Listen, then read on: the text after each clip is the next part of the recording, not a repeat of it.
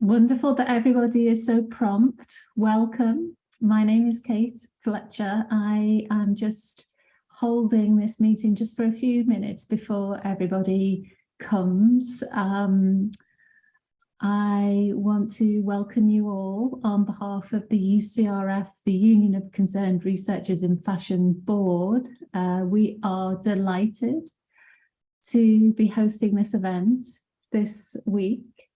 Maybe while we wait for more people to join, perhaps you would like just to type in the chat where in the world you are, and maybe something around what you could see outside your window or something, just as we wait for other people to join. It'll help, I think, everyone sort of get a sense of the span and range of us who are joining this meeting today. This seminar today is, of course, in the week where we remember the Rana Plaza factory collapse that happened 10 years ago. And it is one of a number of different events that UCRF is organising in this 10th year since Rana Plaza. And there is, of course, so much work that's left to do.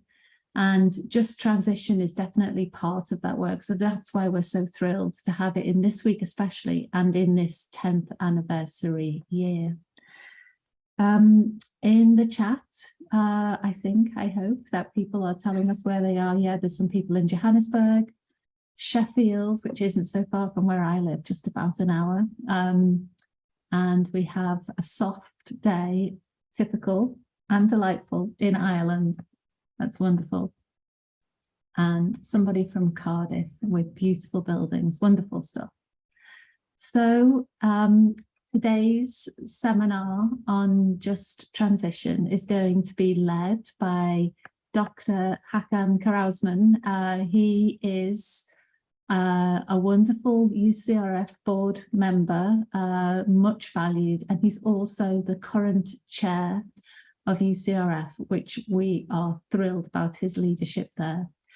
So we have a few more. I think I'll just wait a few more minutes. I can see people are still joining. Hakan, is that all right with you? Yes, absolutely. Thank you, Kate. Yeah. So just a little more.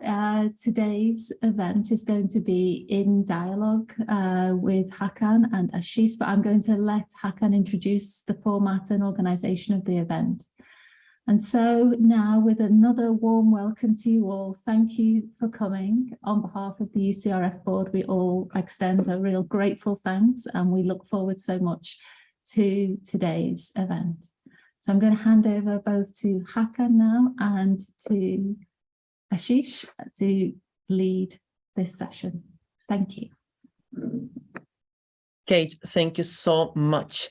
I'm so thrilled to be here. Hi, everyone. Thank you very much for joining us. It has been a real pleasure to host this event in this important week when we talk about radical systemic change in the fashion industry and across fashion supply chains. So I am so thrilled to be here. My name is Hakan Karauzman. I'm an assistant professor at Cardiff University, and I am currently at the board of concerned researchers in fashion. So UCRF is a really important place for us to come together and to really ask questions to bring radical change. And when we are talking, we also drop some links in the chat box. So please keep an eye, and there will be important information coming your way, and you will be introduced to multiple things, including UCRF and some research papers and essays that might be of interest. So today we will talk about just transition, this buzz term that keeps coming from all different angles. And today our intention is to really create an inclusive and safe discussion to provoke some ideas and to spark some inspirational new ways of thinking. And I will be joined by an amazing grassroots leader from India, Ashish. I will introduce Ashish in a minute because we are thrilled to bring an important and I would say a really radical voice from the global south where real change is happening. It is important to make sure these conversations are plural, and it is our pleasure and honor to have a leader joining us with real life evidence from the field. And having said that, it is again a warm welcome from us to you all, and let's start our discussions on just transition. Before I delved into my slides, the format will be quite inclusive and conversational. I will share some slides and then I will leave the floor to Ashish. We will describe and elaborate just transition as a concept, and then I will finalize the presentation with some takeaways for the fashion industry. So we will start from the system level. What is this concept? And then how we can bring this down to an industry characterized by complex supply chains. So this format will be followed by a Q&A discussion, and you will be encouraged and invited to join us with your questions, with your ideas, and in accordance with our principles around inclusion, diversity, and kindness, this is a safe space. So you are welcome, your voice counts, and we are here for you, and we are here with you. We are in this together, so please join us and stay with us to make sure fashion will change for good for everyone. Before I start with the slides, Ashish, I won't leave the floor to you because, again, thank you so much for being here. He is joining us from India, but Ashish is a really inspirational thought leader from India, and he has been actually creating movements with lots of people and different communities, and he will bring us real life evidence from the field around deforestation, biodiversity, water, electricity, energy, and alternatives to development. Today, we will discuss how we can craft a new wave of thinking and creating things. We are not here to create incremental change. We are here to demonstrate how radical change can be crafted. And Ashish, it is my pleasure to welcome you. Please introduce yourself and say hi to our members. Thank you so much for being here. Thank you, Hakan, and thanks, Kate, for this opportunity. So I'm Ashish. I work in India, in the city of Pune, in Western India, just south of Mumbai. And I work with a 44-year-old environmental action group, which I had helped to start with other colleagues when we were in high school, long back. I also work with a national platform called Vikalp Sangam, which means the confluence of alternatives, which is basically lots of communities and civil society organizations and people who are designing, practicing, and conceiving alternatives to destructive development processes and to injustice of various kinds. And I also helped to start a global platform called the Global Tapestry of Alternatives, which has a very similar objective to the Indian platform, except that it's trying to weave these alternatives across the world. So thanks, and I'm very grateful to be here. Thank you. Ashish, thank you so much. We will explore and elaborate all amazing examples you will bring forward. But now I want to share my screen because we have some slides for you, and I will walk you through some of our observations and scientific research, and I hope you are able to see the screen. Thumbs up. Is all good? Okay, perfect. So again, we are here to really challenge the status quo. We are here to bring some radical ideas, and we are doing this for the many, not the few. We want radical change, and we are determined to make it happen.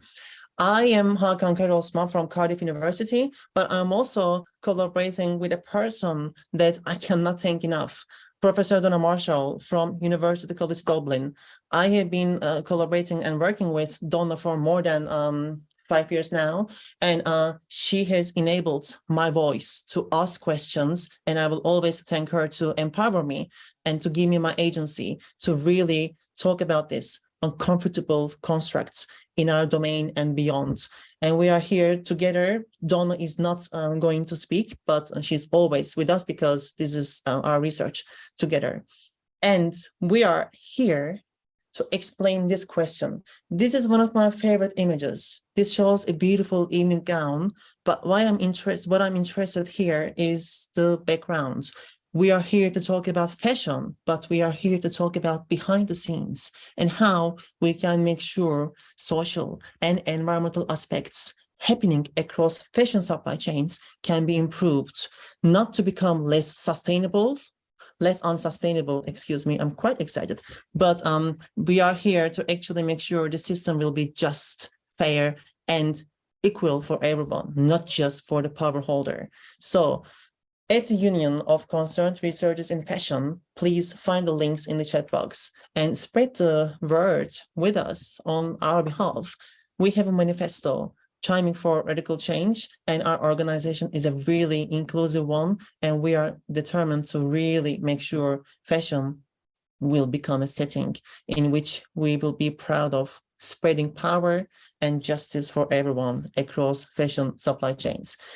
Moving forwards, after our manifesto, I wanted to underline, why are we here? Why do we talk about systemic change? Why do we need to talk about radical systemic change? Because the world is on fire. There's nothing new here. You know this, we know this. Our planet is on fire. Biodiversity and climate crisis are real. And this morning, I was just reading that actually sea temperatures are highest on record, and they are not even going down, they are just going up and up. So biodiversity, climate change, emissions, electricity, all of those environmental aspects are quite challenging and problematic. But also we have the social side, we have the people-related social problems. We can't separate social sustainability from environmental sustainability. These crises are intertwined, and this is the code red for humanity. So we need to make sure the system that we made can become something that we are proud of. Therefore, we need to make sure we are going to change the system to tackle social and environmental crisis in tandem. But there's a tension. There's a tension between time-sensitive short-term interventions to tackle climate crisis, but also with long-term behavioral consequences. So there's this paradoxical tension between short-term interventions and long-term consequences. How can we make sure climate action will take place with social justice? How can we make sure people will be enabled to create radical climate action in inclusive and fair ways? This is why we are conducting this research around just transition. How can climate action become fair and just for everyone? And how can we put people front and center in this radical shift? This is our research timeline, and for the last 3 years, Donna and I, we have been investigating fashion supply chains from this angle. We are playing with different theories. We look at power, we look at trust relationships, but also we look at decolonization and alternative theories, and also critical management theories. We have more questions, but also we have really interesting answers to explain how system can actually change. And this is also going to show us an interesting timeline in terms of just transition. So here, just transition is our main construct, and we are embracing this today. We are going to show a quick evolution of the concept. Just transition is not something new. It has been created in the 60s because in America, coal mines were operated in small scale. Small and independent businesses were actually in charge of coal mines. But in the 60s, coal industry has become quite industrialized, and big players and power holders started taking those small enterprises. And then consequently, many coal mines were shut, but the communities, villages, and people in need of those local infrastructure were left in abundance, and they were not included in this transition. So when big companies were actually buying and purchasing those small businesses, many people were left outside in the cold. And the question emerged in some trade union associations: how can we make sure workers and their rights will be protected? And this is when just transition was introduced at the beginning. And then we saw this timeline until today. We keep hearing and seeing different just transition titles and definitions, but it is becoming more and more included in international policy frameworks and regulations. And especially from 2015, with the release of Paris Agreement, just transition has become something quite important and popular. And we are having this broad definition to set the tone. Just transition is about taking climate action in inclusive ways. So we need to talk about job creation and decent work conditions in this environmental transition. On the one hand, we need to phase out fossil fuel and we need to phase in renewable energies. But on the other hand, we need to make sure workforce will be protected. These are long-term changes, but decisions that we are making today will have intergenerational consequences. So just transition is an umbrella term to understand how those long-term consequences can be considered at the beginning of time to prevent unintentional consequences. And this concept is all about paradoxical issues and tensions. Donna and I, we try to make this more operational and we try to make this more pragmatic. And we are actually creating some definitions that are more operational and understandable. So we are asking all the industries to make sure their GHG emissions will be reduced, but their supply chains will be decarbonized in fair ways.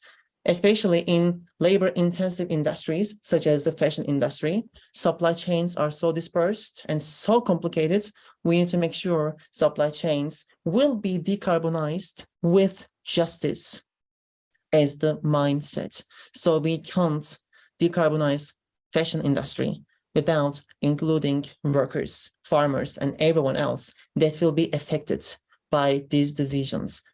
We will explore the fashion context in a minute, but I wanted to introduce you some studies that we actually discovered while investigating just transition. These are some exemplar cases from all over the world. Some are successful, some are not successful. But before I leave the floor to Ashish, I just wanted to explain some interesting indicators that can actually lead us to failure. So far, many just transition projects, including phase out fossil fuels or phase in renewable energy projects, failed because of some of these factors. Number one is lobbying. Some industries are really strong and they are stronger than the governments. And when industries involved in decision-making, they hijack the conversations. So the way they make decisions are somehow top-down and quite exclusive. Therefore, with their economic concerns, they hijack these conversations, and self-interest and self-driven business agendas, unfortunately, perpetuate societal problems, even when they claim they do good things for the environment. So this big cluster between this and this big gap between social inclusion and environmental actions are getting wider because of these self-interest and hijacked conversations, in addition to lack of representation and lack of inclusion. In terms of justice, it is fundamental to make sure voices are plural and we represent everyone. In the studies that we have been conducting, unfortunately, relations and the trade networks are always characterized by power imbalance, and people making decisions are so powerful, but people that will be affected by those decisions are never consulted. And when this is the case, this leads to failure and intergenerational societal consequences. So we are also seeing something really important around the perception. We need to be able to translate things into specific contexts. Some issues are really context specific, and some people have concerns over one item. So they are more concerned about one item over the others. Here, we will give one example. Workers need workforce and they want to protect the business that they are in. Of course, they are really receptive toward change and they don't want that to happen. So we need to make sure they understand what is ahead, but also we need to understand their perspective to translate all of those concerns into actions. Radical change, especially around environmental solutions, are quite scary for the local communities. And here the clash between labor unions and climate activists are quite important to pay attention to. We need to make sure language around the change itself will become something inclusive. If you look at the success factors, to me and to Donna, this is really key.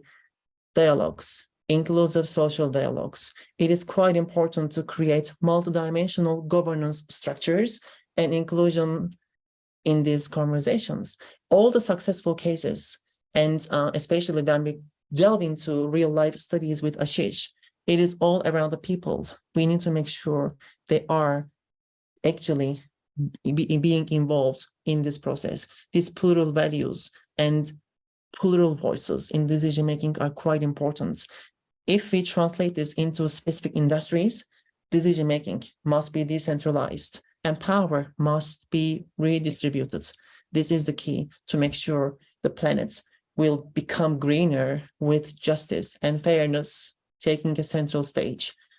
Here, I want to stop for a minute because we have great examples from the field, and now it is my honor to invite Ashish to showcase some real life examples from the field to explain how we can create alternatives to the way we develop things so far. Ashish, floor is yours, and thank you very much for your participation. Thank you, Hakan, and thanks for those opening words. I think you've laid a wonderful foundation for what I'm going to say. And excuse me if there might be a little bit of repetition with some of the points that you made. So I'm going to go straight into, in the interest of time, and so we have enough time for discussion, straight into my slides. Just let me know if you can see this full screen. Okay. So you already mentioned this, so I'm not going to belabor this point. We all know that we're in the midst of multiple local to global crises with manifestations of different kinds in different parts of the world. Everybody's talking about climate, which of course is possibly the most serious crisis we're facing, but there are also multiple other kinds of, from personal to community to global crises that we face. We're all familiar with these. As Hakan has very rightly pointed out, the climate crisis is upon us. It's no longer in the future. There are actually hundreds of millions of people already being impacted by climate change-induced extreme events like fires or floods or droughts or erratic rainfall, sea level rise, etc., etc. If you look at the recent figures from the Ecological Footprint Network, we are already crossing 1.5 times the capacity of the Earth to sustain human beings in terms of resource regeneration and so on. And as I said, hundreds of millions are already being impacted. One of the central questions that arises in this, of course, is with regard to our notion of development itself. Now, most countries in the world tend to think of economic growth-based development as being essential. And there's a race across the world as to who can be the highest growing economy. Currently, it's been between India and China that this race is. And what tends to be forgotten is that continuous economic growth on a finite planet is simply not sustainable. So there is something fundamentally to be asked about this kind of a notion of development. It's not just that we want sustainable growth. It's just about asking questions on whether economic growth itself is a sound proposition. And therefore, then, this whole shift from what I call livelihoods, which are really not jobs, they are occupations that were and still exist to a large extent of people which are encompassed within ecologies, within cultures, within societies, to what we now have, where a lot of those are being destroyed in the fishing sector, in the farming sector, in the craft sector, in the agricultural sector, and so on, to jobs which are, for the most part, non-productive, non-creative, mass production jobs, which I call deadlihoods. We're also seeing, and I think this is also what Hakan was pointing to, we're also seeing that the same system that actually has engendered or created the problems in the first place is giving us solutions, or what it calls solutions, which actually are more about sustaining itself and its profit-making and its power-seeking trends, rather than actually creating the fundamental shifts that we need in order to make peace with the earth and with each other. And in this, I also include many of the recent so-called solutions that are coming out, for instance, in the climate negotiations or the biodiversity negotiations, or through other United Nations forums. If you take one simple example, everybody's saying we must shift away from fossil fuel vehicles to electric vehicles. But it's now very well known that electric cars are not necessarily a solution because they still need enormous amounts of mining, like the lithium mine that you see in this picture, and a whole bunch of other things, apart from the fact that they're simply not affordable to most people in the world. What do we need as a real alternative is actually public transportation, but that's the kind of example that I'm going to try and give more of. Because obviously, when we ask these questions and as we face this very dire consequences of how we have treated the earth, we are being asked this question of, are there alternatives? Are there ways by which human beings can meet their needs and aspirations without really trashing the earth and without creating the kinds of inequalities and injustices that we know of? And I'm going to talk about two kinds of alternatives, one very briefly and the second one much more in detail. One is resistance, where we see people's movements around the world which are actually challenging this model of development in terms of the specific manifestations, where you have, for instance, mining projects or big dams or polluting industries or other kinds of things which are displacing people, displacing livelihoods, dispossessing people from their natural resources.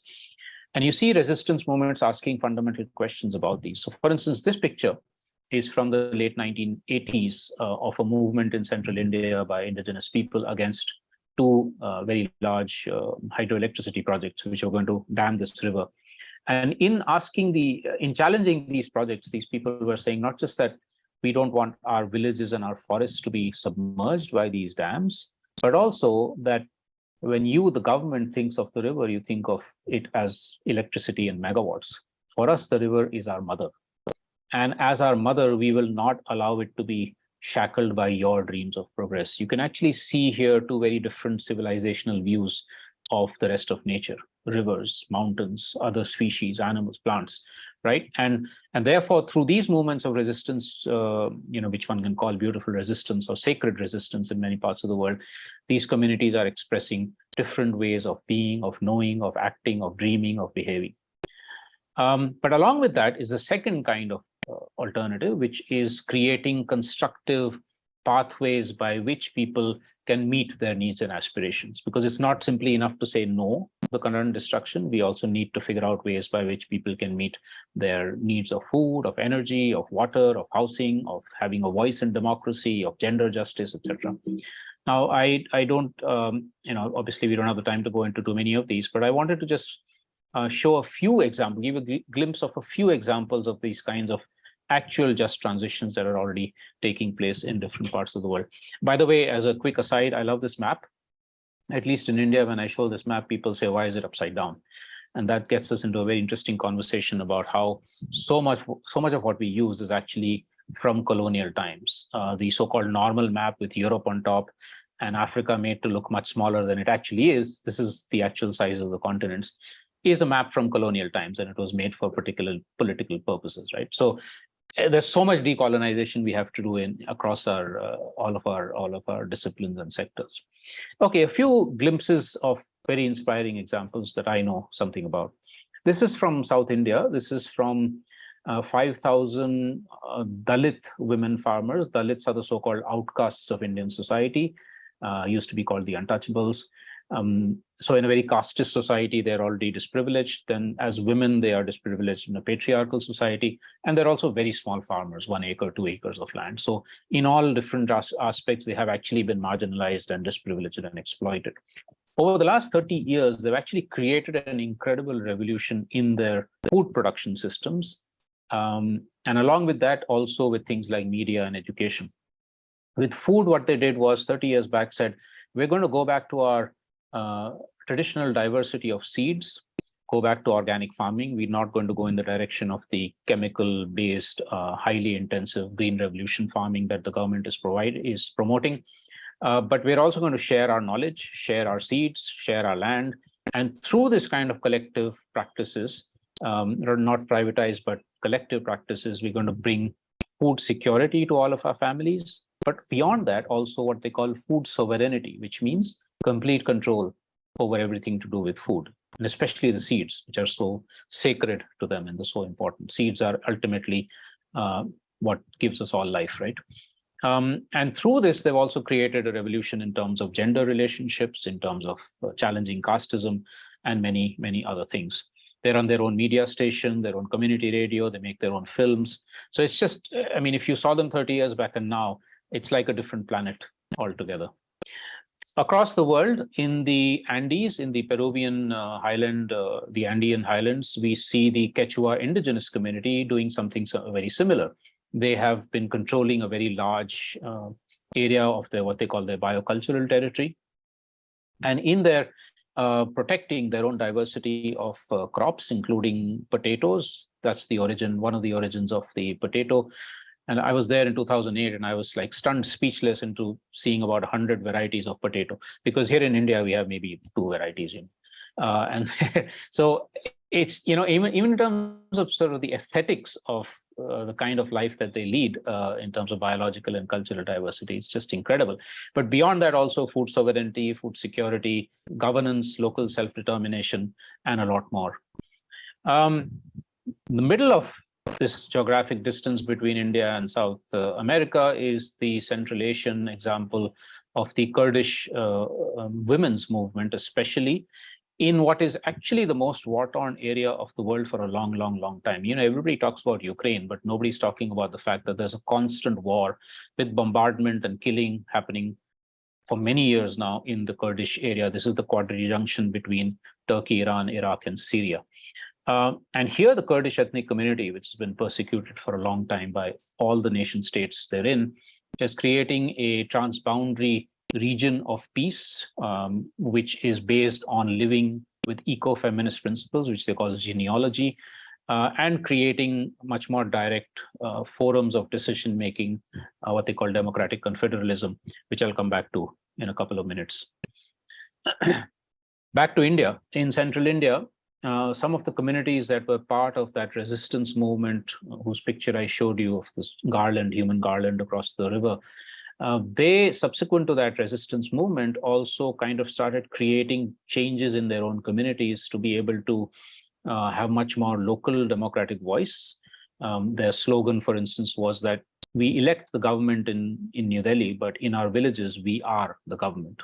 Nobody takes decisions for us. We will be the ones taking decisions, but that we will also do it challenging our own internal inequalities, for instance, gender inequality. So women's empowerment to have an equal voice, and then reclaiming their cultural rights, also their cultural identities, localized education, and much else. Because one of the things that's also happened, I mean, speaking briefly about fashion, is that there has been a universalization, a homogenization of also what we should wear.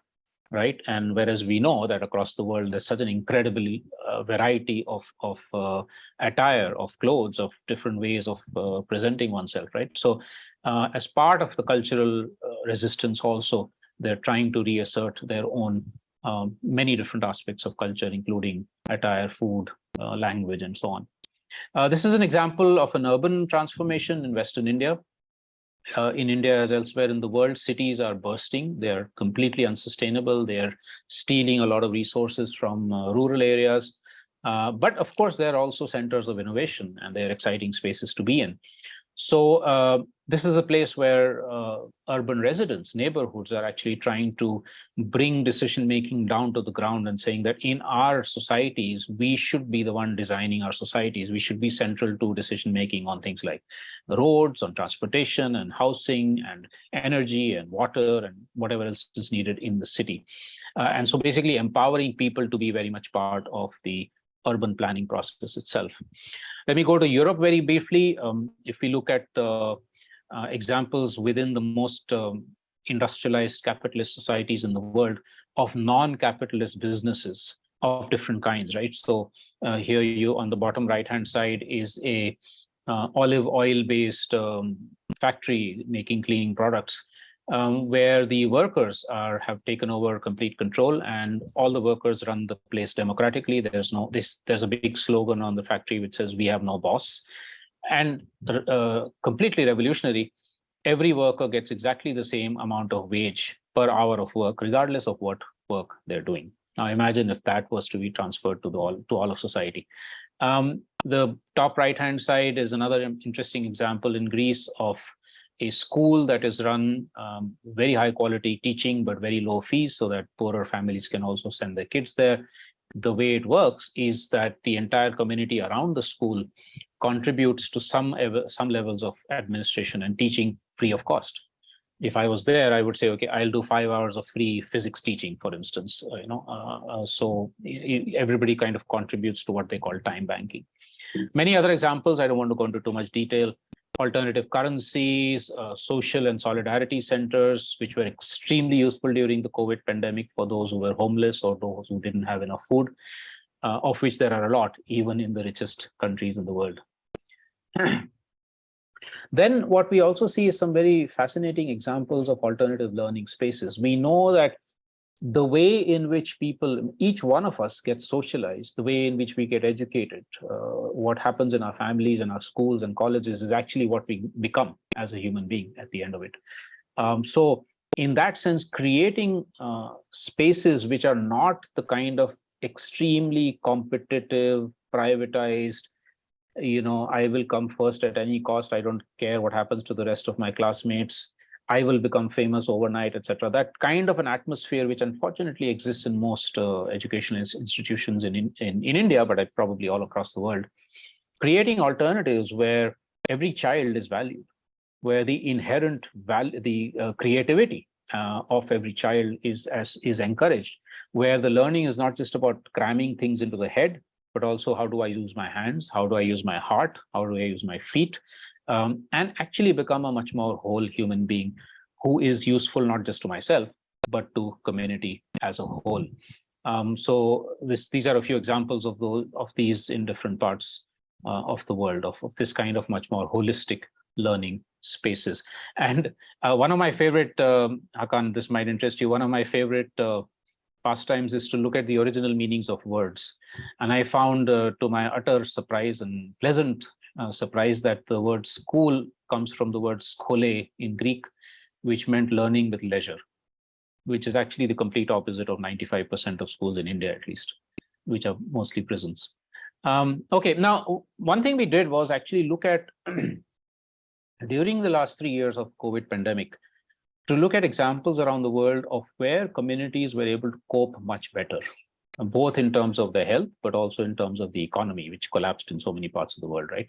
And these are examples from India, but we also have many from across the world of where communities had their collective systems intact or were able to revive them, where they had some collective control over their means of production, whether it's nature or it's machinery or whatever, and where they had somewhat more localized, not globalized, as Hakan you mentioned, but somewhat more localized exchanges, economic exchanges and livelihood possibilities. They were able to survive and cope and thrive much better in these 3 years compared to communities that had long distance value chains, which were dependent for their basic needs on something 1,000 kilometers away or even longer. They were the ones which collapsed. So these are very, very important learnings across the world during that we have got during the COVID pandemic. I'll put links to all these documents in the chat once I finish, so you can download them. All right, let me move to the last part of the presentation, which is, I can go on and on with stories of initiatives and examples because I love doing that, and there are thousands. But I'm going to move away from the examples and now come to what I think is a sort of frameworks of just transition and transformation, radical transformation that is emerging in so many parts of the world, and what more needs to happen. So we look at it as a flower of transformation with politics, economics, society, culture, and ecology as sort of 5 intersecting spheres of life. Somewhat artificial distinction, but it's a way of trying to understand the transformations taking place. I'll very quickly go through each of these 5 in a minute each. So politics. Now, we have been used to thinking of democracy as basically electoral politics, where we choose a government and then we hope that that government will do the right things for us. Whereas these examples I've given you are where people are saying that, yeah, okay, elections may be important, but much more important is us taking power where we are. We being at the core, we are born with that power and we should be exercising that power.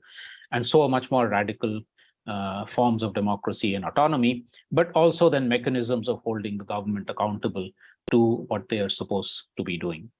The second sphere is the economic, and which is so very important for today's particular theme of fashion, which is who actually holds the reins of the economy, where do the profits go, etc. Right? And so I already spoke about the fact that many of these examples during COVID pandemic where people were much better off, where they had localized their basic needs, right? Especially things like food and water and energy and housing and so on. These are examples where people have said that economy is not just about finances and money, it's actually about relationships of caring and sharing.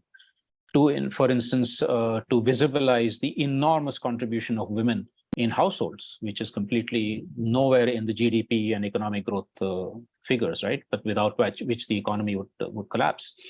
To value not private as much as the commons, nature itself as the commons, our knowledge as the commons rather than privatized, and a whole bunch of other ways in which one is to look at things that we should be holding collectively. Workers with dignified livelihoods, and this is obviously closely related to our theme today, where workers across the entire fashion chain, fashion commodity chains, etc., do they really have dignity, or are they facing the kind of consequences that Kate spoke about, or the disaster that happened 10 years back, but smaller disasters happening all the time? And through all of that, then also beginning to question, is GDP or economic growth really an indicator of development? To me and to a whole bunch of other people, it's actually a completely nonsensical indicator. It does not indicate well-being in any way at all. You could have very high rates of economic growth, but people can still be extremely deprived, marginalized, and actually facing worse and worse problems. You can have a situation like the United States of America, which has very high, it's one of the richest countries in the world, and every family lives in fear, which is why you have that whole country running through guns. Every family having a gun in their house. So, I mean, you begin to ask very fundamental questions when you think of economy in this different way. The third sphere is equality.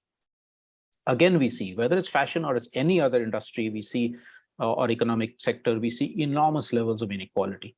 And this is with regard to the violation of human rights, gender inequality, casteism, racism, who is abled and who is disabled, and a whole bunch of other things. So the struggles for equality and against discrimination are the third basic sphere of just transition and transformation.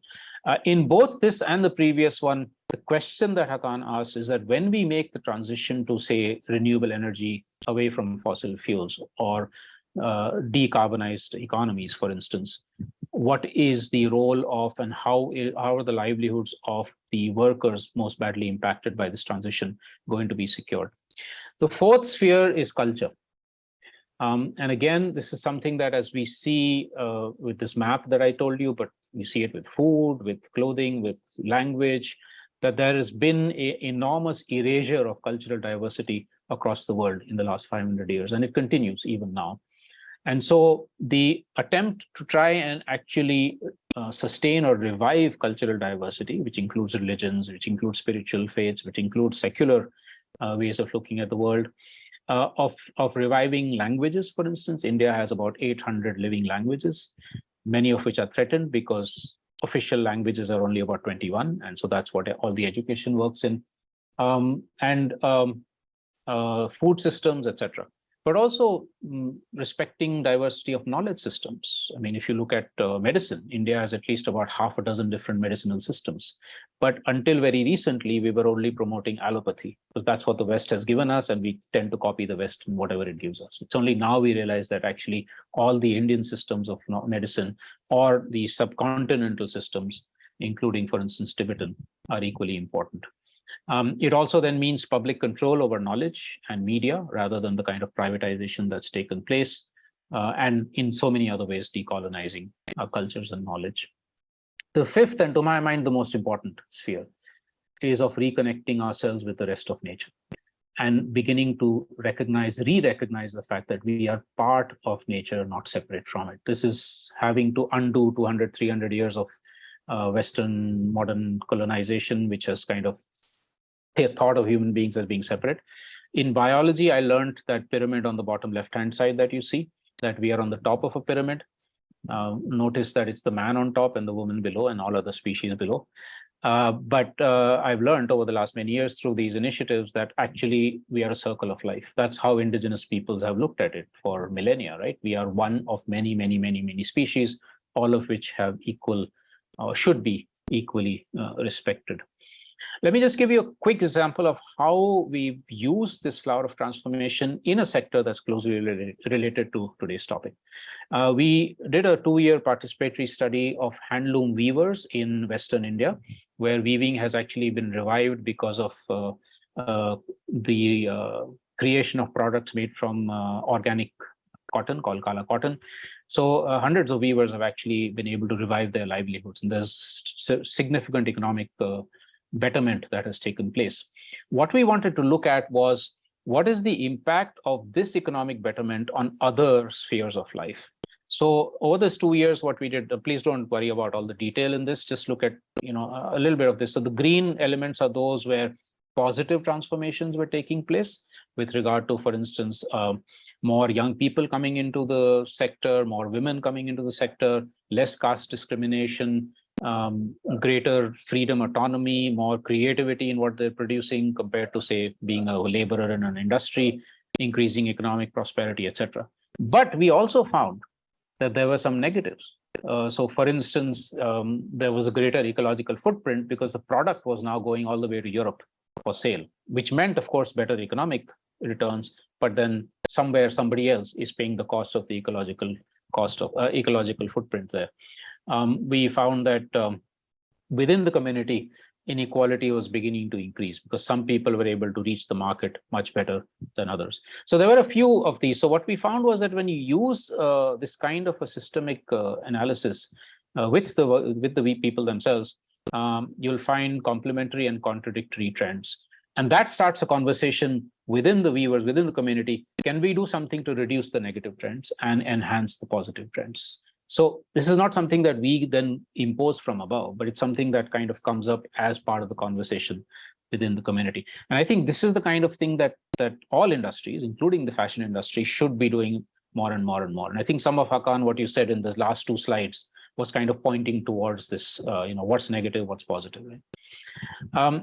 Last 2-3 minutes, if I was to take, for me, the most important part of this whole story is not just the kinds of transformations taking place, not the examples and trying to copy those examples elsewhere, etc. But what is the ethics, the values emerging from this? And that's what I want to I'm just going to put this up here without really going into any kind of detail and just keep it up for a few seconds.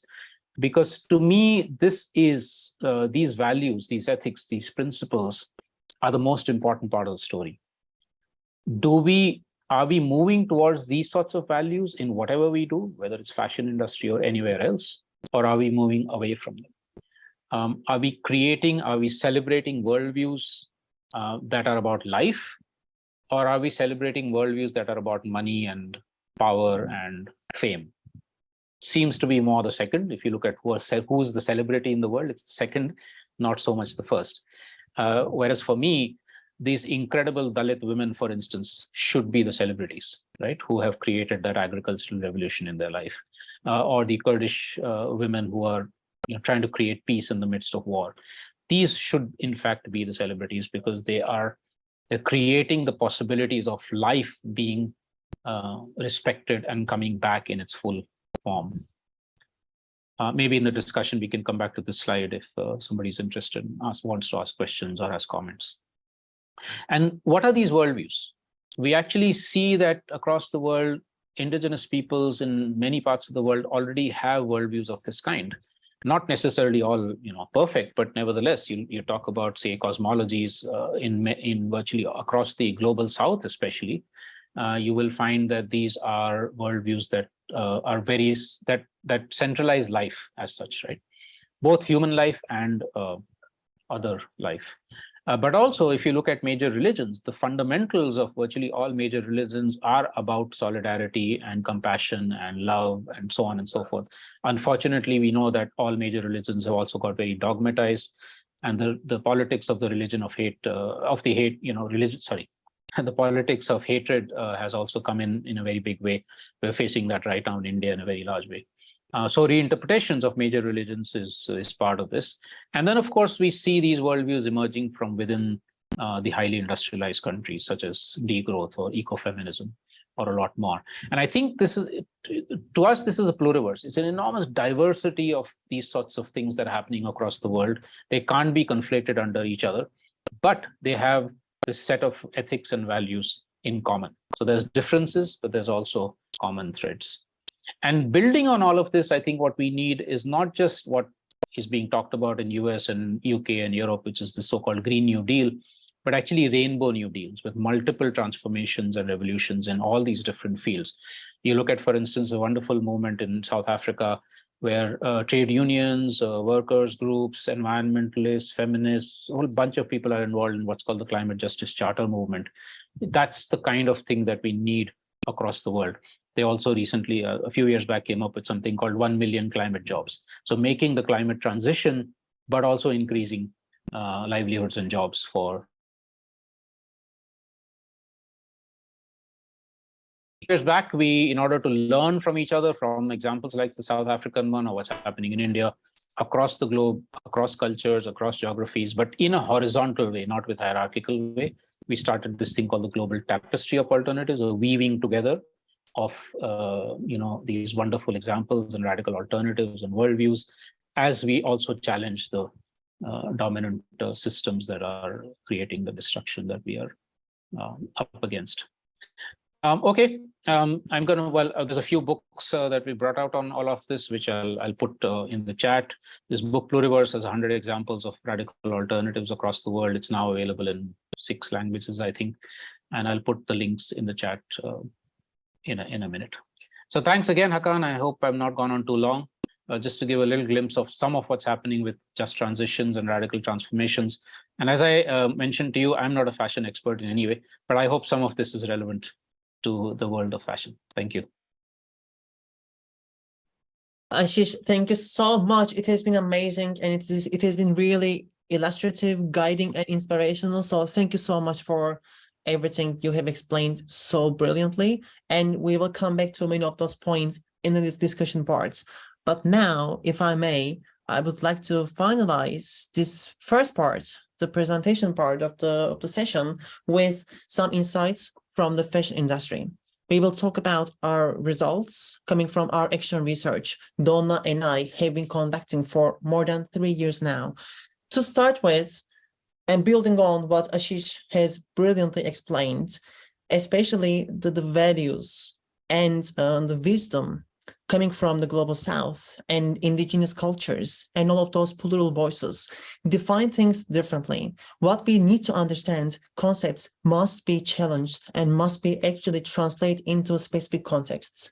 Here, one of my observations is just transition or solidarity or degrowth or ecofeminism. In those alternative settings, in those people-led contexts, and in those indigenous cultures, these are the outcomes. Their way of doing things are inclusive and really bottom up. So then just transition or decarbonization becomes a nice outcome. They don't start with this as an objective in mind. So for them, degrowth or just transition is not the objective per se. They are creating a balance and they are embracing living and non-living. And then that harmony actually leads them to achieve just transition. I just wanted to clarify this clash between objective and outcome, because this is what we should accentuate in these systemic conversations. With all of those observations in our pockets, Donna and I, we went to the field and we explored 4 supply chains in parallel. And here, all of these suppliers are linked, as you can see. They are not only tier 1 finished garment manufacturers, but also we went to sub-processing facilities and fabric producers and also yarn makers. We did this in Turkey. Turkey is a really vertical fashion production country where I am from originally, and we explored these supply chains in the field. And all of these suppliers are actually catering to multiple brands, some fast fashion, some faster fashion, some mass luxury. So their clients are actually quite broad, but the systemic problems are the same. And here I want to explain what should be challenged in the fashion industry that prevents us from moving forward toward just transition. To start with, fashion supply chains are so complicated, so complex, so fragmented. Why? Because we made them. This system is man-made. And these complicated supply chains are controlled with standardized tools. But so far, Ashish and we have repeated the same thing. Context matters, and everything is really person, issue, and context specific. Standardized tools and certifications are really wrong ways of measuring or approaching things. And this top-down governance is completely the biggest impeder because we cannot just control things with this top-down structure. And this setting in which fashion is operated through these top-down governance structures lead to multiple problems. Number one, suppliers are excluded because they are measured, but they are never consulted. And their knowledge, their tested understanding, and their information and innovation are never acknowledged because questions are standardized, but they don't even understand context-specific situations. Data issues. Data is flawed, data is manipulated because a system which is controlled by third-party audits without primary relationships are quite questionable, and suppliers, especially technical ones, are quite smart, and when they want, they know how to manipulate numbers. And the thing is, the system perpetuates misbehavior because many suppliers and many lower tier suppliers need to survive. And unfortunately, data that we have externally and also internally are quite problematic because the structure that we try to measure things are wrong. And last but not least, and perhaps the most important thing, workers are often excluded. We are not hearing their voices. Even auditors go to the field. They don't spend time with the workers. They're asking incremental questions, and those questions that should be context specific are quite top-down and one-size-fits-all driven.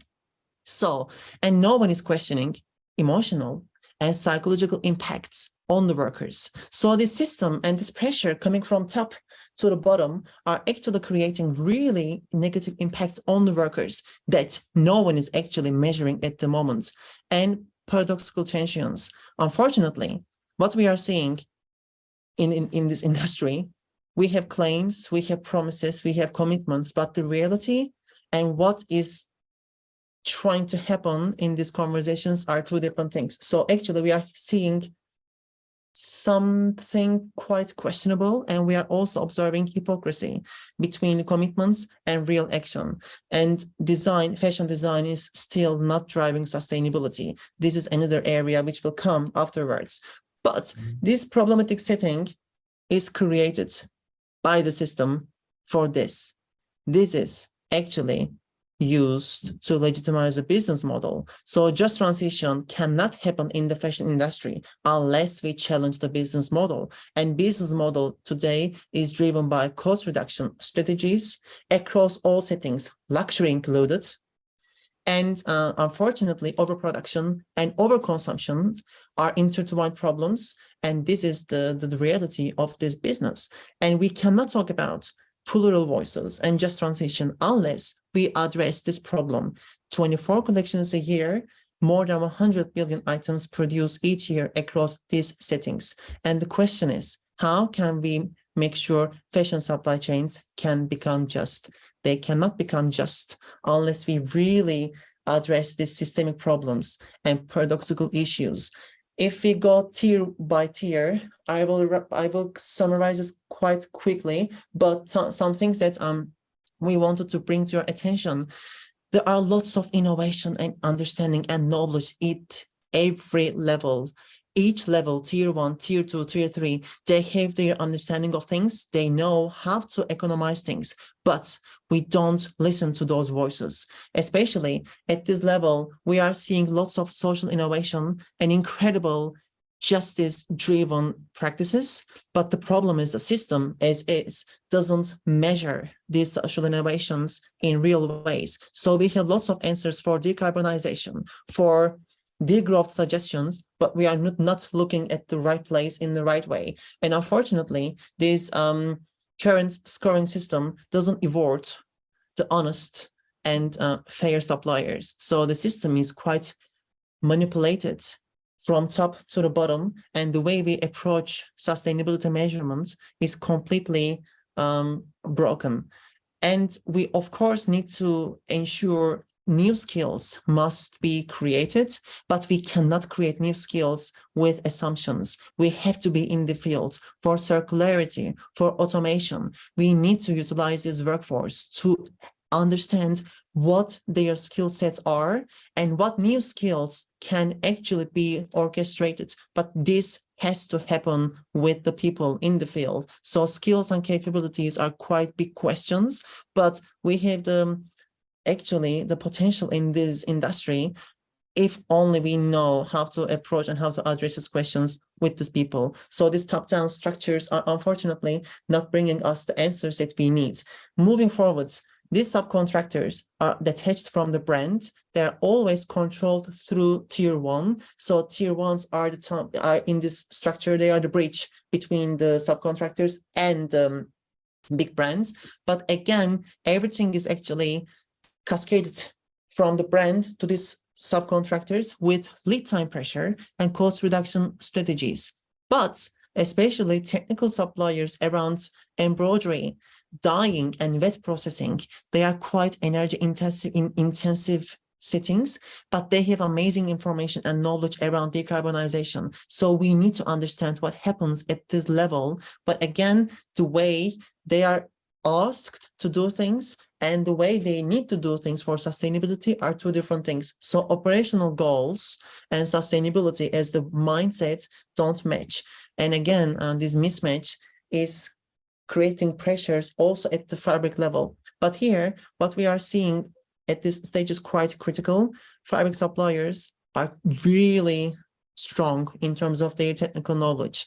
And especially Donna and I, we did a similar study in the Kashmir setting, and we realized one thing: because of climate change, when resources become scarce, these levels will start actually choosing the brand to cater to, or they will choose the partner to work with. Transactional relations will fail, and brands following transactional structures are not going to be able to survive, because at this level, fabric producers will create new strategies to circumvent brands, and they will actually partner with relation and trust-based companies that are in this with these companies. And lastly, yarn. Yarn is a dark hole no one is paying attention to. It is driven and ruled by certifications. And as we know, certifications are questionable. And oftentimes they are hijacked by the industry people. And it is unfortunately not transparent and not authentic. So this level is quite important, especially for circular economy. But the problem is, where innovation needs to happen is so detached from the reality, and the brands and the industry is not moving toward the farm level, fiber level. So we are seeing incremental changes, but it is not just about the material, it is about the labor making all of those actions and creating all of those orchestration. So here, again, moving back to just transition, living, non-living, nature, everything is quite intertwined. We need to make sure the system actually will be created to create this bottom-up change. We cannot just continue the way, in the same way we do things. And especially, I saw this with my own eyes, the way circular fashion is promoted and created is not circular. It is just a way to legitimize the business model and to make things less unsustainable. But the quality is not there, because I will put this quite maybe arrogantly, but garbage in, garbage out. We cannot really change the system unless we pay attention to the quality and the durability of the materials, because the fiber length is becoming shorter and shorter, and we cannot recycle things the way fashion describes circularity.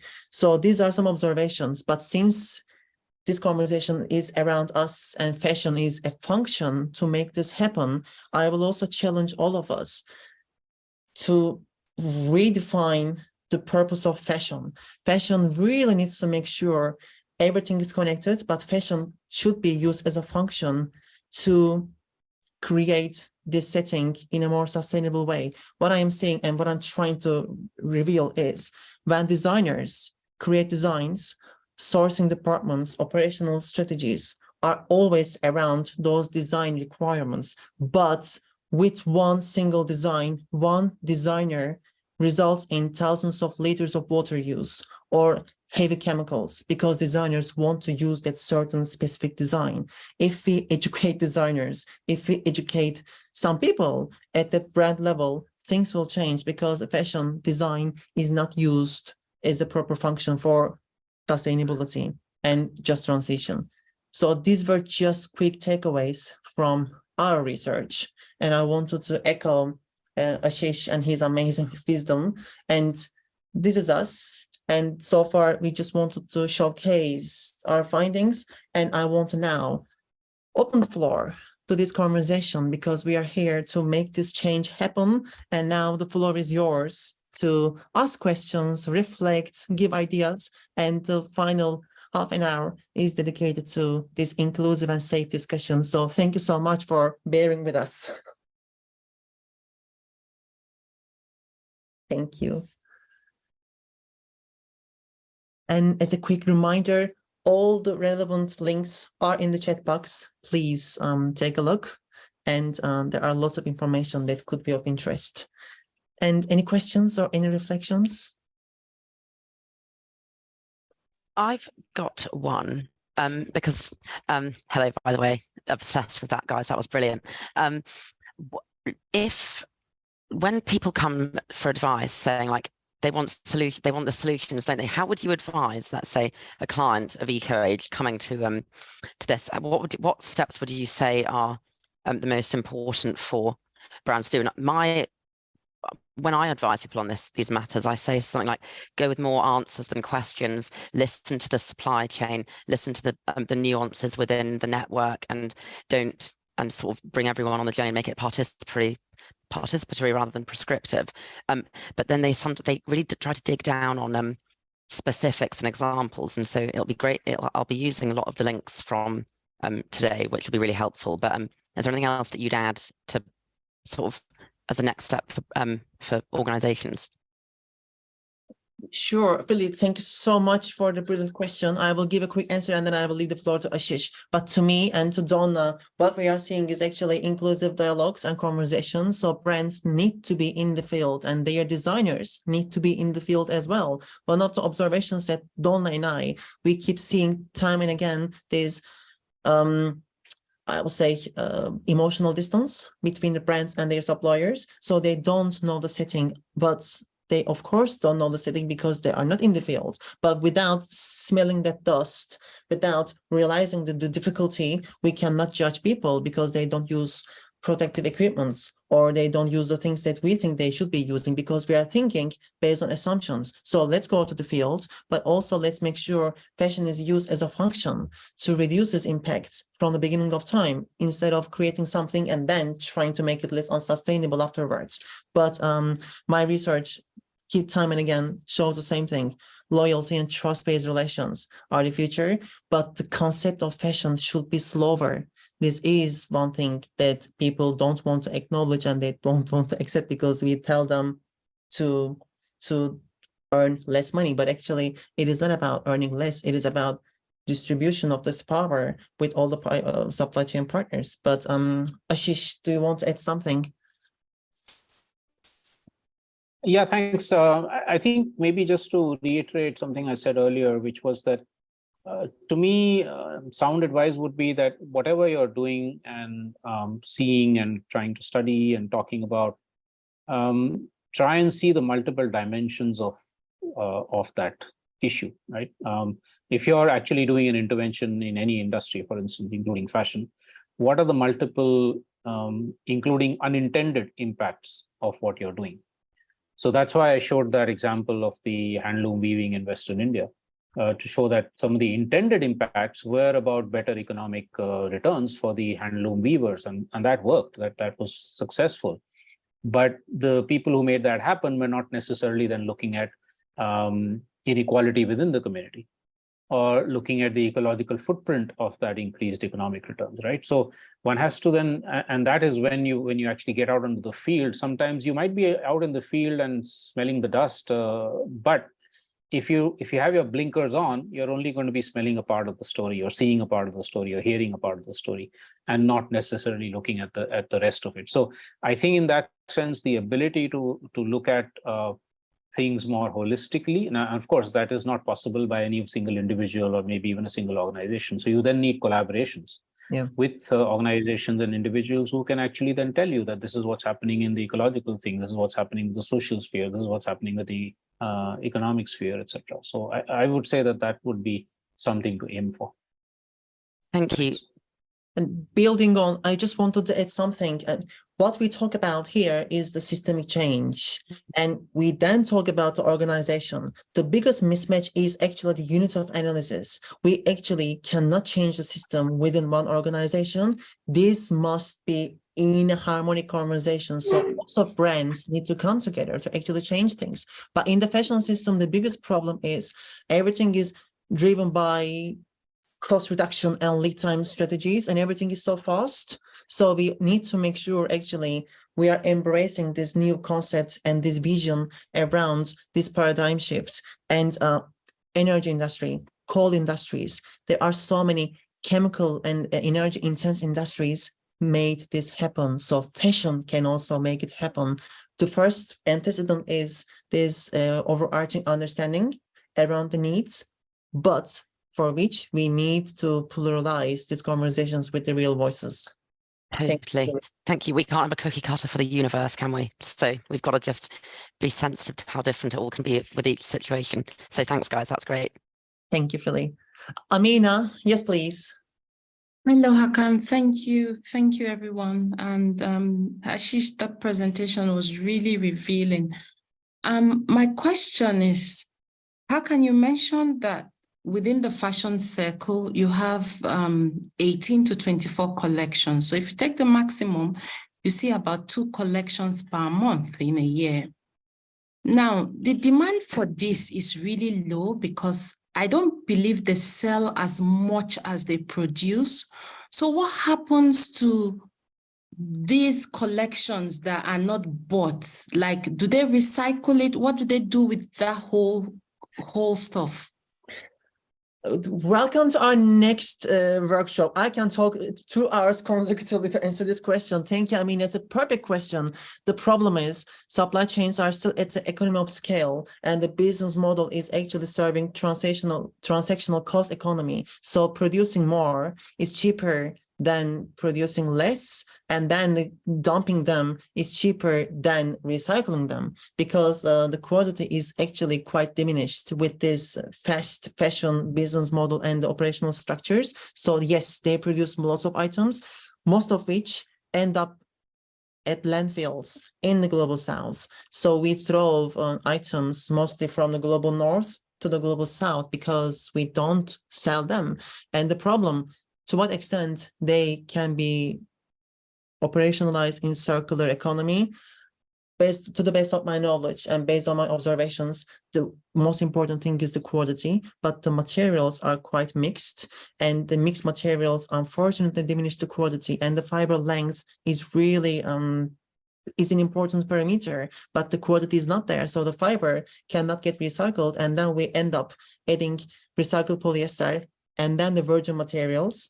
And one example I will give you, I'm not going to name any brand, but one fashion company, one important brand, 5 jeans recycled mechanically brings only 20% of the material input to create 1 new jeans. So 5 wasted jeans bring only 20% of fiber required for only 1 jean because the quality is so diminished, and then they need 80% virgin materials. So this is the way circular fashion is operationalized in this current setting.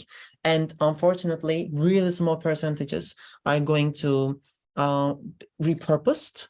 And the main question here today, I was sitting with Jane, one of our professors from Cardiff Business School, and we said the most important thing is the quality production. And this is if we continue as is, nothing will be circular. And one of the observations we also keep realizing is, unfortunately, the Global South has answers.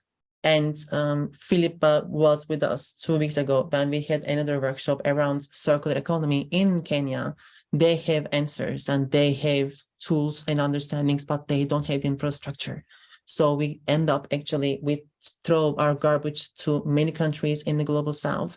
They have the skills and the means, but they don't have the financial means. This is why the question is also how we will empower those local communities.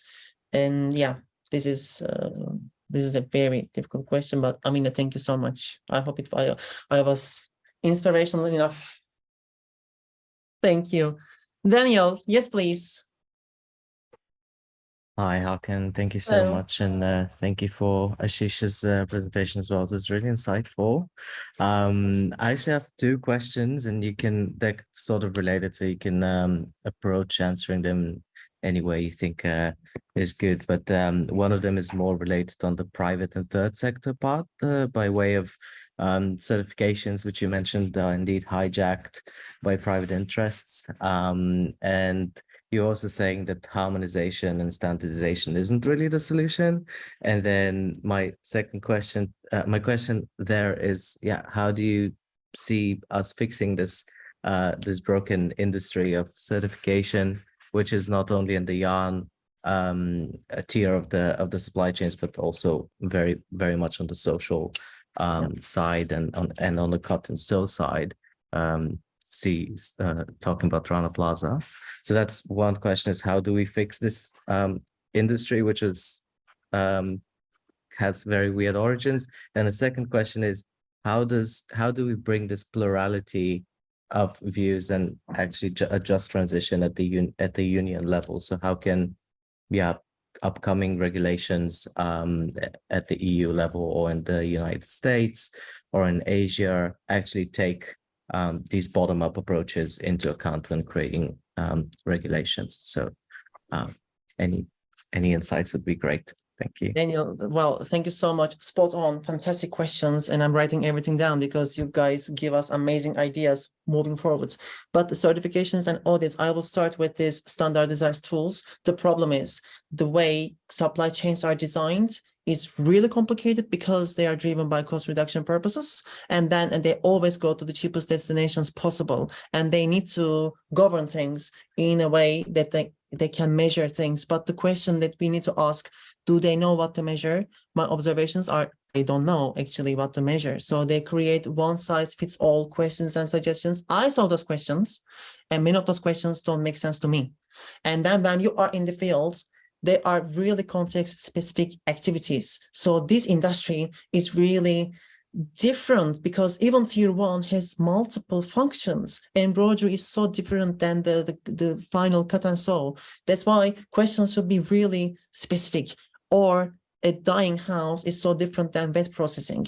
I have to tell you where standardized tools functions is fabric production, because it is really heavily machine based and they are mostly environmentally intensive. So those standardized questions work at that level. Then I understand the suppliers are also understanding the importance of one sort of question because the system functions, because it is one thing, mechanical and really technological production. But when it comes to tier 1, we talk about the humans. The problem that I have with the system, the way we try to measure things are actually dehumanizing fashion supply chains. But these are real people. They are not robots. And when auditors go, third-party auditors don't have any emotional attachment with the reality. They see them as just a tick box exercise. I am sorry to say this, but this is the kindest way for me to put, because I observe things in the field.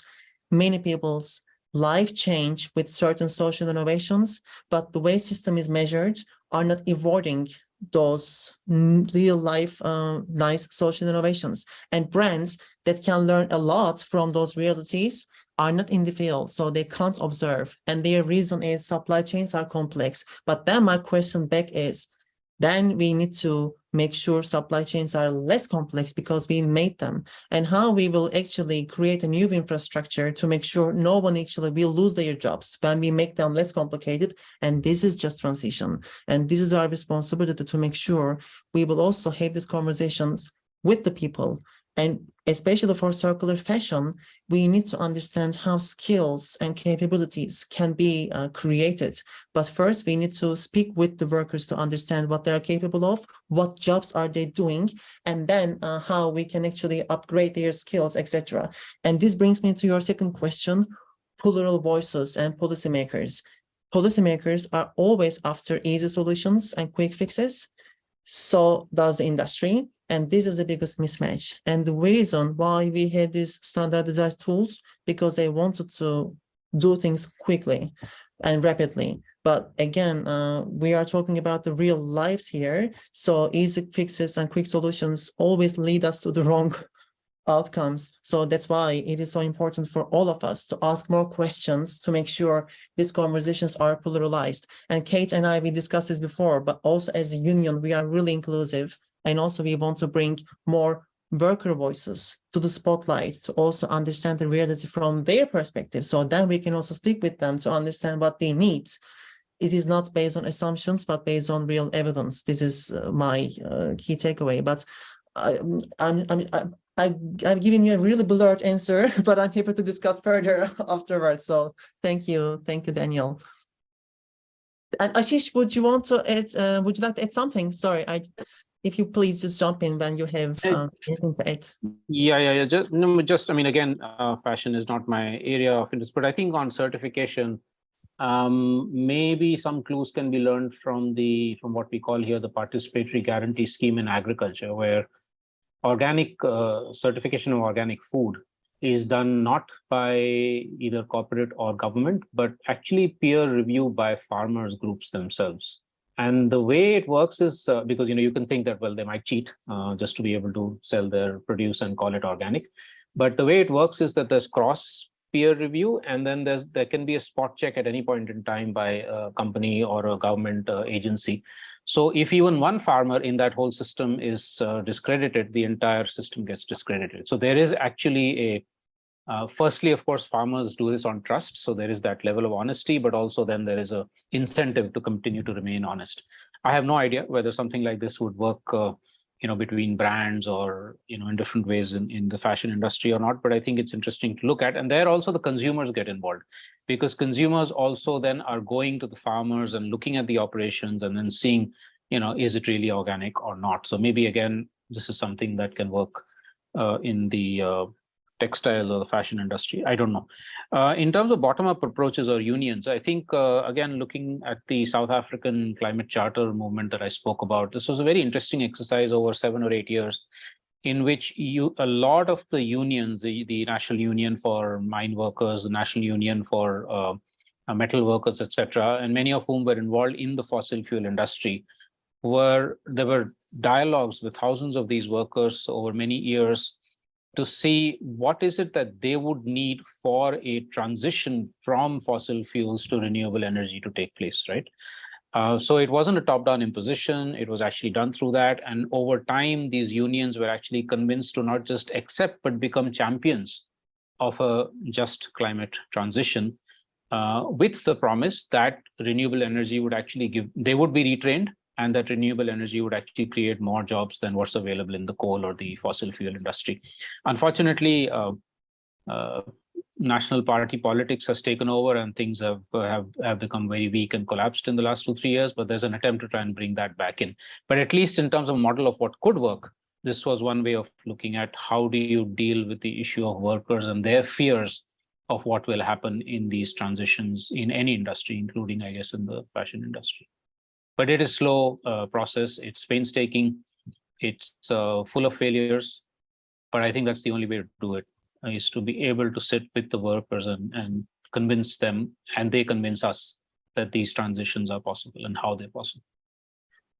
Thank you, Ashish. And before we move to Peter, I just wanted to give two illustrative examples to further the discussion, Daniel, after your question. So actually, local cooperatives and small-scale actions happen in the field, but they are so niche and small, they are not translated into scores. And then the system doesn't acknowledge them. The problem is, since industry and the fashion brands are trying to score suppliers to reward them or to give punishment, etc., so suppliers are also somehow lost in this transition because they have actions and tested activities, but the problem is the system doesn't reward them. Here, I want to underline one important problem and the construct, purchasing model. And when we talk about standardized tools and certifications, those are really costly actions, and those costs are actually paid by the supplier, not by the brand. So at the end, this actually brings another interesting question. Where does that money go? And why we have multiple certifications? So at one point, power holders are actually seeking their personal self-interest-based business models, and then it is like the elite club making decisions, and then the rest of the supply chain needs to follow. But suppliers are actually squeezed because there's audits, the certifications, everything is so costly. And another interesting question about the local activities and then how those things can be measured. I will give one example. One of those important standardized tools asks this question: are you unionized? The answer is yes or no. If the answer is no, then minus. If the answer is yes, then it is a nice tick box. But the question is, union, in my observations, at least in my country, it is a really challenging concept because it is something quite political, and some workers are scared and they don't want to participate. So perhaps the question that we should be asking, not only are you unionized, yes or no, but why you don't want to be unionized? And if not, what are the dialogue mechanisms that you are creating that we can learn? So these follow-up questions don't take place in the system. This is my main issue with the top-down structures, yes or no answer. So this is why we can't capture life-changing social innovation in the field, because we don't ask the right questions in the right way. Thank you. And Peter, please, thank you. Thank you, Hakan and Ashish, for your presentation today. So my interest really lies in asking your views on what changes do you think we should make to fashion design courses? I myself, I'm not a trained fashion designer. I trained as a product designer many, many years ago. But I'm currently working with the Fashion Institute of Technology in New York with their final year fashion designers, and we're getting them to instead of, as well as producing final garments for their fashion shows, we're asking them to actually produce a label for each of their garments, and this label has a number of agreed metrics, and these metrics include social impact metrics. They include energy source metrics for the manufacturing facilities. They include supply chain distance. So lots of examples. And so what the designers, the students don't necessarily go and visit fields. They do, I believe, do visit some of the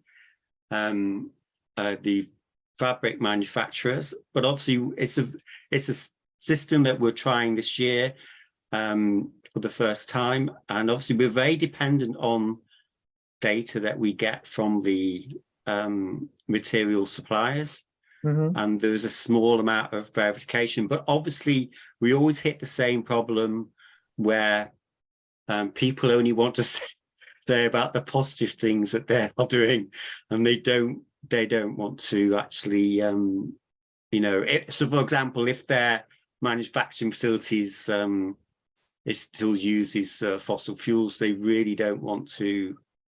They don't want to state that. And also a good example we had was that one of the material suppliers was actually moved away from using elastane to natural rubber, but actually that which was a very positive thing to do, but it did have a negative consequence in that it actually increased their supply chain because the natural rubber came from further away than. Perfect.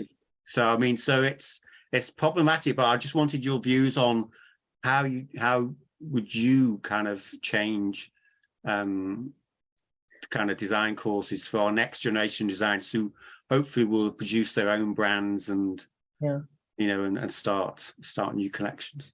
Peter, thank you so much for the amazing question. And I'm so conscious that I'm a supply chain researcher, so I'm scared to speak in front of Kate and Sandy Black. So if I say something, please just jump in. But we can start by reading Earth Logic by Kate Fletcher and Matilda Thum. It is a really nice tool to understand how Earth and people can actually be put in the center. But I might give some observations that I have.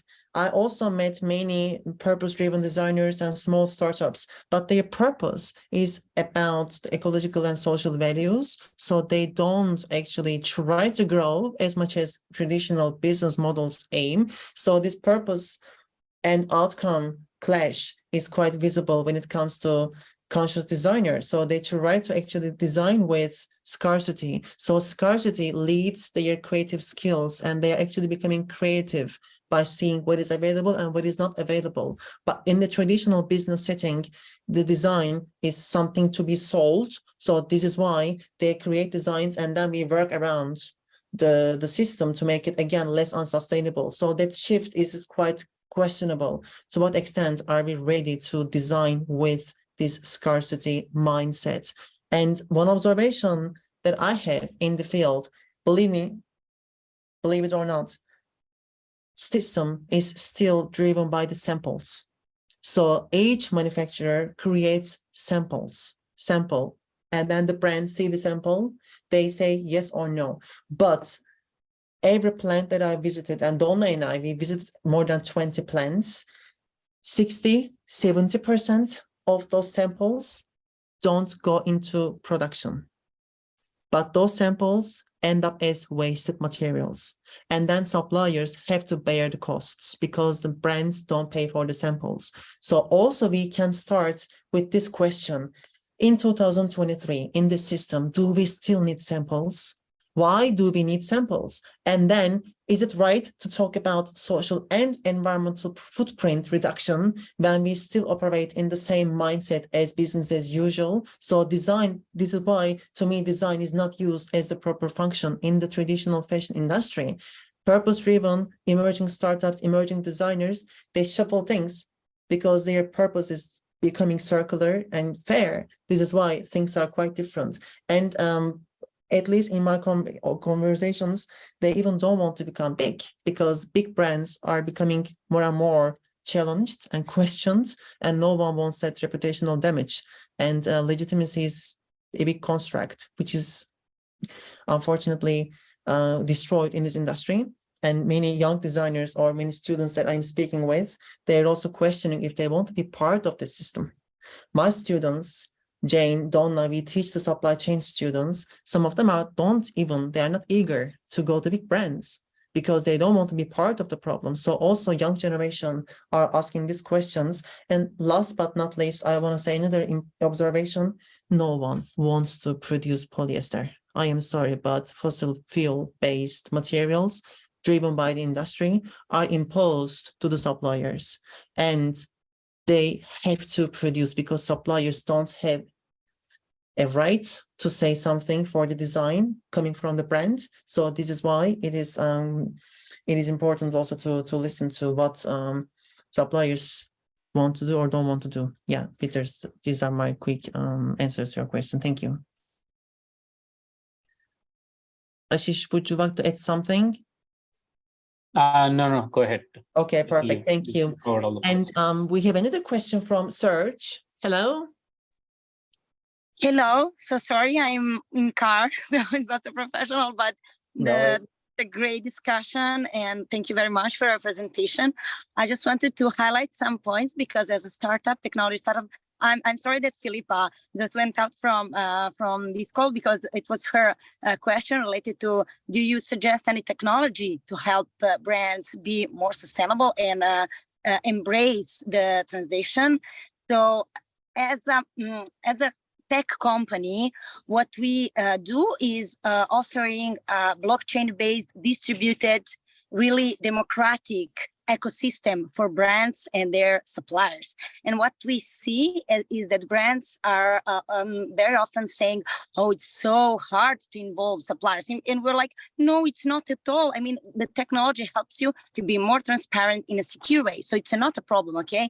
And we have like shared data model based on bill of materials. So it's a common language to gather information related to products. So if you then later you need to do PEF calculation, or you need to be compliance for a FReSCH law, or maybe you need to improve your product circularity, you have the opportunity to have some analysis starting from supply chain. And the second comment is on like, it's very hard because, you know, they are changing all the time.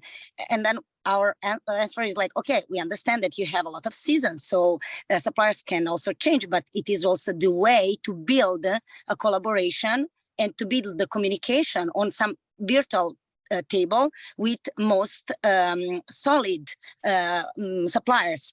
And then third thing is about end-to-end solutions, because from my point of view, many brands are expecting something like, like in cartoons, you know, magic things happening. So you can solve every sustainability problem for them, like from consultancy, analysis, and calculation, and communication, and gathering information from supply chain, and more transparency and more responsibility. And we're like, well, it's not so easy to have any. If you're a consultancy, you're more on consultancy aspect. If you're a research field, it's more, you know, your daily activity will gonna be like on how to improve the process. And in the end, technology is just to help people to digitalize supply chains and to give the possibility to these small players to use some tool which is better than Excel, it's better than offline communication, because they also lose a lot of information by don't giving the opportunity to their supplier to be more digitalized. So from our point of view, brand should always cover the cost of digitalization and help their suppliers to be more transparent. And second thing is about certification, because it's obviously important to manage certifications, because I think that brands are trying to defend asking suppliers to be certified, but it's too easy to do that, okay? To ask your suppliers to be certified. And I think that is not enough. And it's true that it's a lot of greenwashing there. And my question in the end, sorry, it was so too long, for you is, what do you think about, because you were speaking about voluntary certification and about act that brands can take to be more green, but what about being a part of different consortiums, different elite groups, to show to consumers, to customers, how they are sensitive about the topic and what they are doing to improve their sustainability? Thank you very much. It was a really inspiring comment and question, and thank you. All I want to say, and all I can say is based on my experiences, technology is important, they're important tools, but we really need to challenge the behavior, and the technology can only be supported with ethical behavior. When we just leave technology or the tools as the solution, then the problems actually happen at this level. We need to make sure behavioral change is supporting the technology use, otherwise the unethical behavior will remain. So how we are going to change our behaviors around the system, and how we will ensure transparency, living and non-living, so nature, everything around the nature, humans are included. We are intertwined. So we need to make sure this ecosystem with living and non-living are one system, that we find solutions for them, with them, and just transition. And Ashish also brilliantly summarized this. So we need to make sure there's this harmony and ecosystem.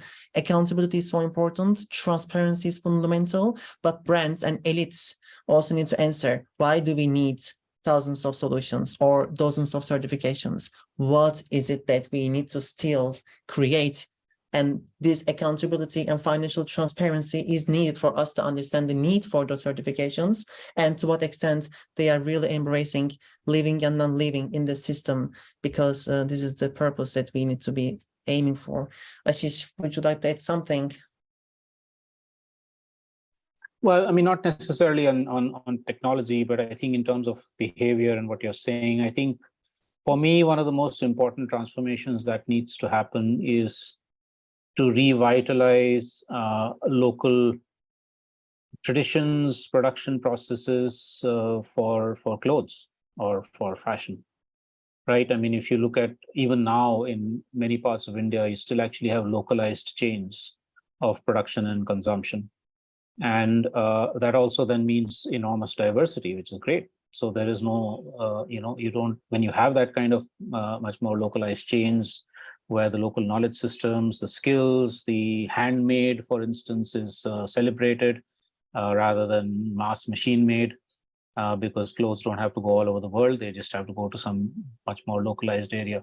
How do we bring that back into our world? And this is not just with clothes and fashion, but also food and so many other things, right? So so that I don't have to depend for my food on somebody 3,000 kilometers away, and I'm not aspiring only to eat hamburgers. You know, I'd love to have also the local food as much as I'd like to have food from somewhere else. So I mean, I think these are fundamental changes in behavior, in consumption patterns, in advertising, in education, in socializing, what we think is cool, what we think is hip, what we think is fashionable, what we think is good for us. So it's a lot of fundamental changes that we need. But I think there's a lot of hope here, because really, if you look at it, this kind of mass production system that we have now with clothes or food or whatever is not that old. It's, these amazing changes, amazing in the negative way, changes have taken place in the last 2 or 3 generations, really, if you look at it, especially, I mean, if you look at India, that's how it's happened.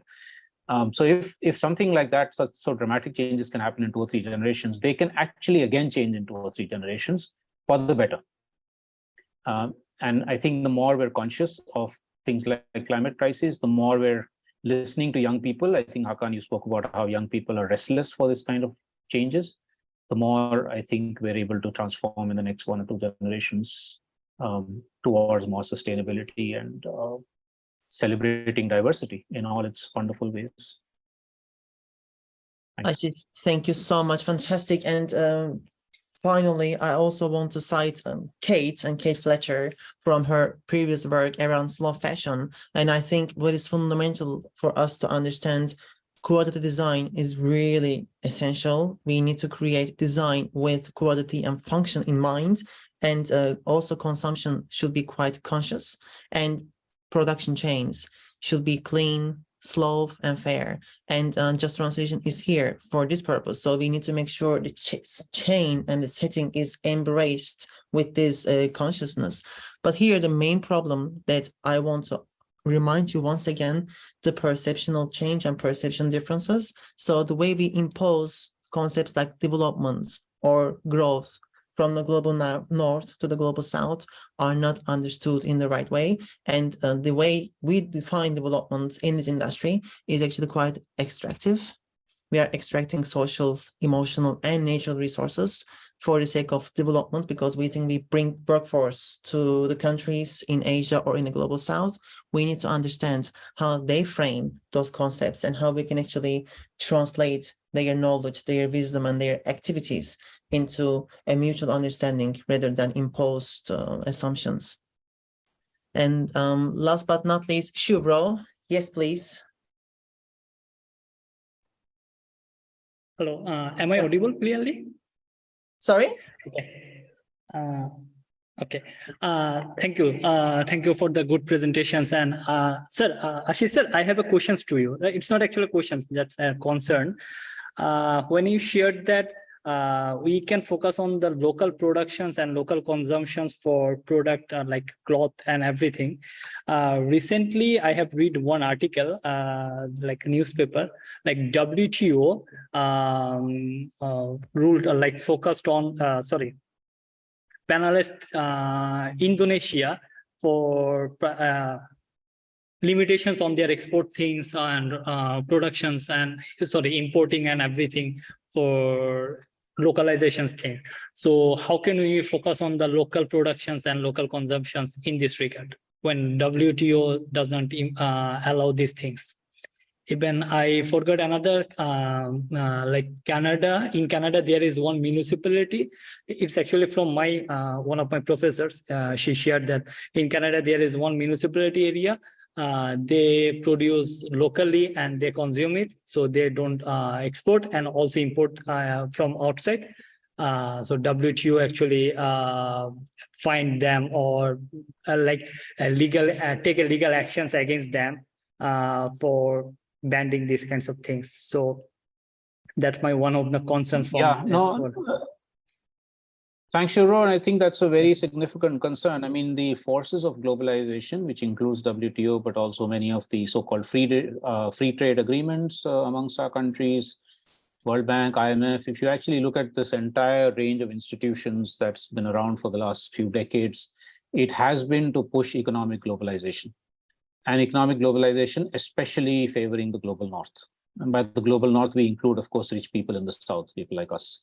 So it has been created for that purpose. So there is no way in which WTO, etc., will accept the localization of production. This is why it has to be a combination of resistance against institutions like the WTO, and where countries can be persuaded to resist. For instance, India has resisted the globalization of agriculture, at least to some extent. So it has to be people's resistance, and where there are sensitive governments, that also, along with the creation of alternatives. And we then have to take WTO to maybe the International Court of Justice or the International Criminal Court and say that you guys are actually promoting a system that's destroying the earth by creating a climate crisis. So you're a criminal.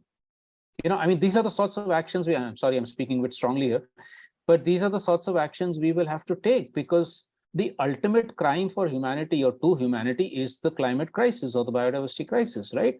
And if the WTO and the World Bank and the IMF are actually pushing this, or the global fashion industry or the global agro-industrial regime, we have to take them we have to call a spade and say that you are actually the biggest criminals on earth. It's not those who are localizing their production for their own benefit, because they're the ones who are actually the best saviors of the earth, right?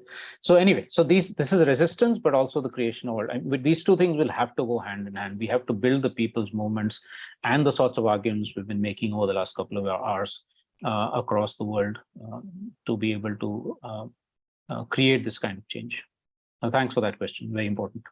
Thank you, Shiro. Thank you so much. Okay, thank you so much for everyone, for your time, for your energy, for the participation. We hope it was an interesting and inspiring conversation. This is just the icebreaker. We will have more conversations. This is just the beginning, but a huge thank you from the bottom of my heart. And thank you so much to the Union of Concerned Researchers in Fashion and to Kate and everyone else for allowing us to use the space. And thank you so much to Ashish for your wonderful and inspirational comments and wonderful wisdom. And last but not least, to my dear friend, my co-author, my mentor, my friend, Donna. Thank you so much for helping me do everything that I try to do. So it has been a great pleasure, and I hope you guys enjoyed. So thank you.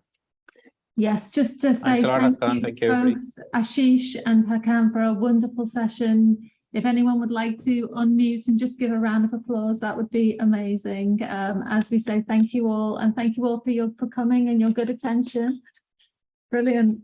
Thank you. What a fabulous afternoon or morning, depending on where your evening may be, wherever you are. Thank you all. Wonderful.